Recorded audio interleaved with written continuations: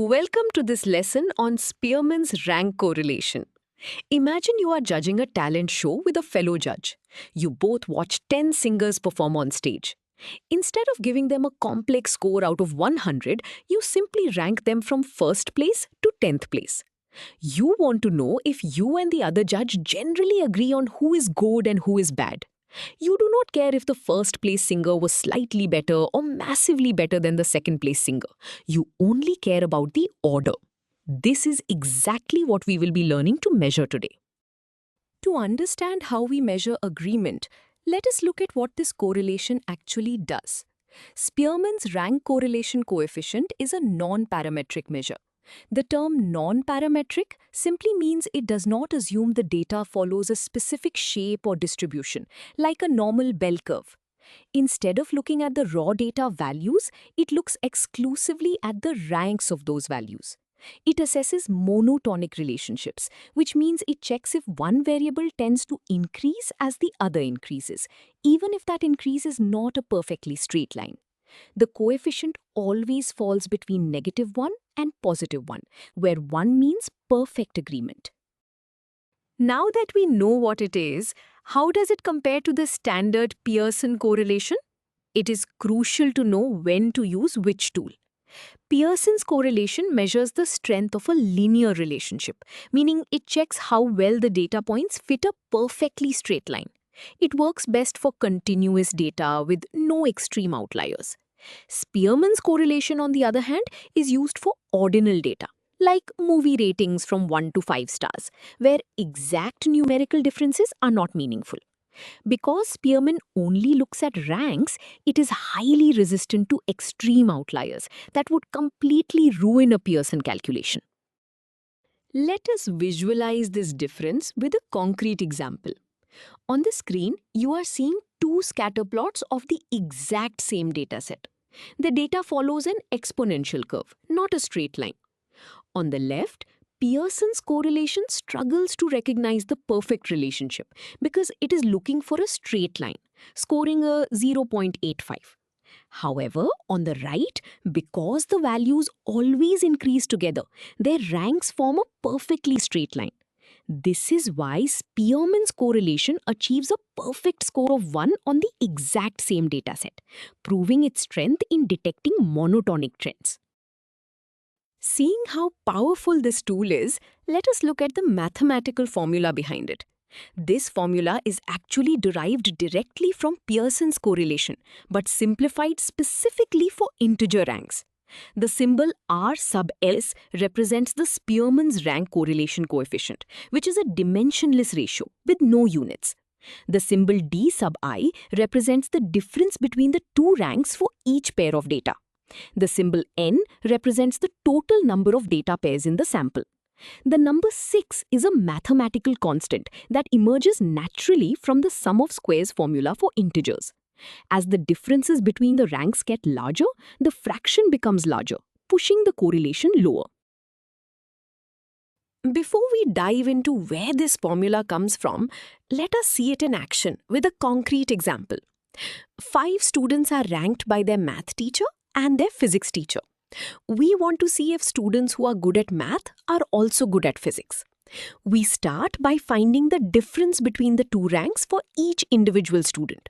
We subtract the physics rank from the math rank to get our difference values. Then we square each of these difference values. Squaring serves two important purposes here. It removes any negative signs so they do not cancel out, and it heavily penalizes large disagreements in rank.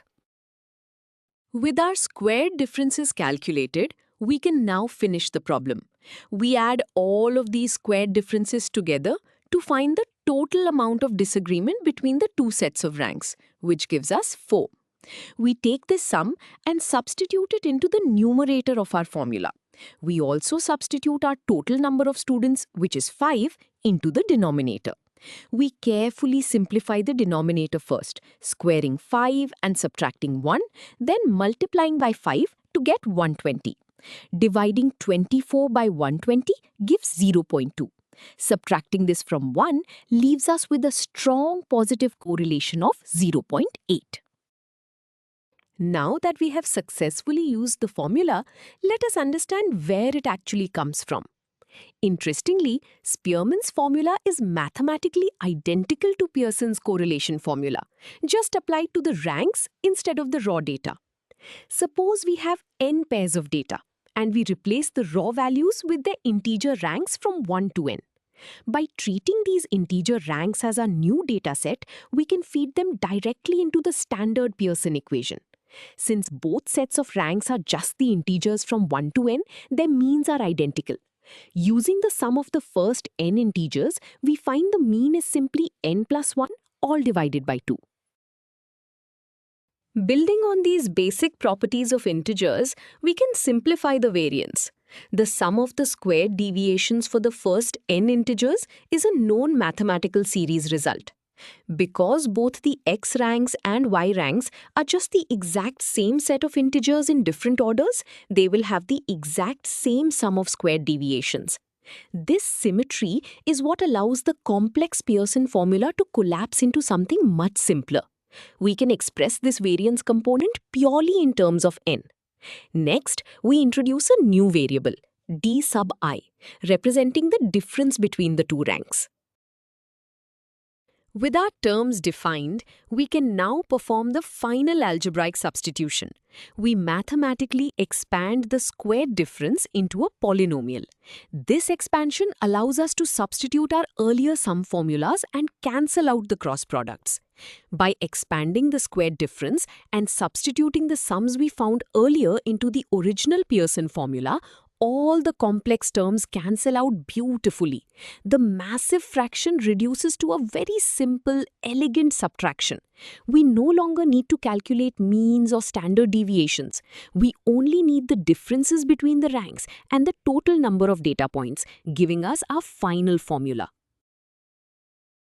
So, we have proven that the formula works perfectly for unique ranks.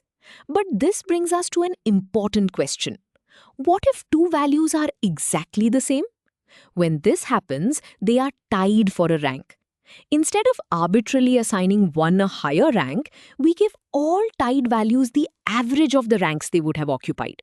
For example, if two values tie for second and third place, they both get a rank of 2.5. However, averaging ranks shrinks the variance of the ranks, which violates the mathematical assumption we use to derive our simple formula. To fix this, we must add a specific correction factor. To fix this variance issue, we introduce a modified version of our formula. This is the modified Spearman formula used when ties are present in the dataset. Notice that we are adding a new term, capital T, to our sum of squared differences. Capital T is the correction factor. The symbol M represents the number of items that are tied for a specific rank. If 3 students get the exact same test score, then M equals 3 for that specific tie. We calculate this T value for every single group of ties in both variables and add them all together before multiplying by 6. Let us see how this correction factor works in a real data set. We have 2 variables for 4 individuals. Notice that the value 15 appears twice in the first variable, creating a tie that we must handle correctly. First, we assign ranks.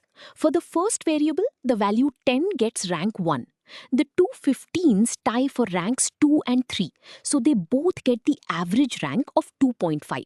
The value 20 gets rank 4. For the second variable, there are no ties, so the values simply get ranks 1, 3, 2 and 4 respectively. Now that we have our ranks, we proceed just like before to find the differences. We calculate the difference between the first rank and the second rank for each pair. Because of the tie, some of our differences will now involve decimal values. We carefully record these 4 difference values. Next, we square each of these difference values. Squaring a decimal like 0.5 gives us 0.25.